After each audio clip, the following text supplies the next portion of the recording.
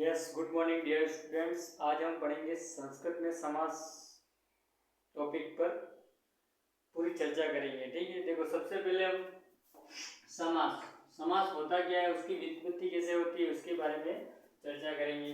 सबसे पहले समास की व्युत्पत्ति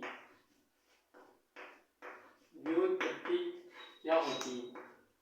व्युत्पत्ति का अर्थ है उस मतलब कौन कौन से उपसर्ग और प्रत्यय और धातु से मिलकर शब्द बना होता है।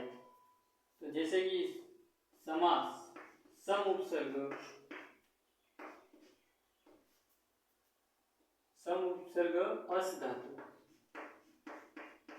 अस धातु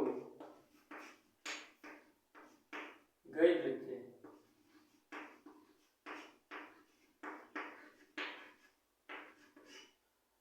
ये इसकी व्युत्पत्ति सम उपसर्ग अस धातु और गई प्रत्यय से मिलकर बनता है।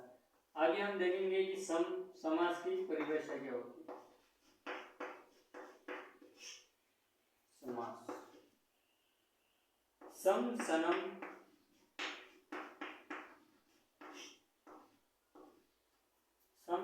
समास।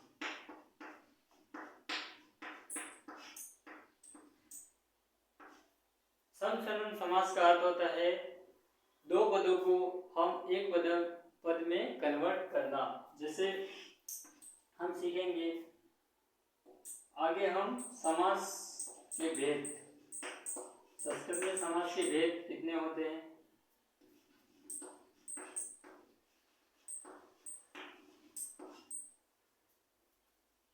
तो समास के भेद कितने होते हैं? 5। सबसे पहले केवल समास,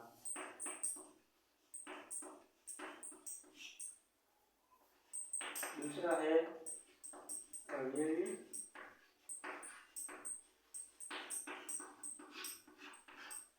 भाव समास, तीसरा है तत्पुरुष समास,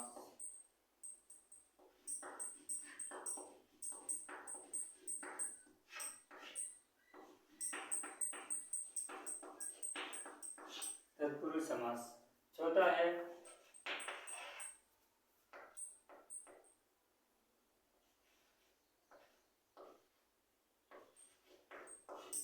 द्वंद्व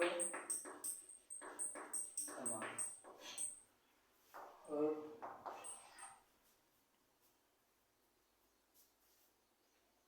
केवल समास हो गया, अव्ययभाव समास हो गया, तत्पुरुष समास हो गया, द्वंद्व और कौन सा बचा?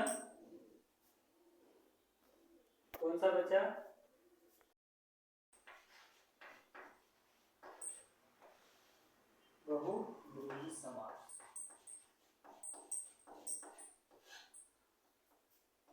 देखो इसमें 5, ये तो संस्कृत के समास 5 प्रकार है समास की। ठीक है, इसके अलावा जो हम पढ़ते हैं द्विगु समास और कर्मधारय समास, वो इस जो तत्पुरुष समास है उसके क्या है? उपभेद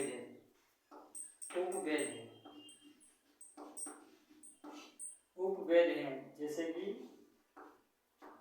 पहला है द्विगु समास और दूसरा है कर्मधारय।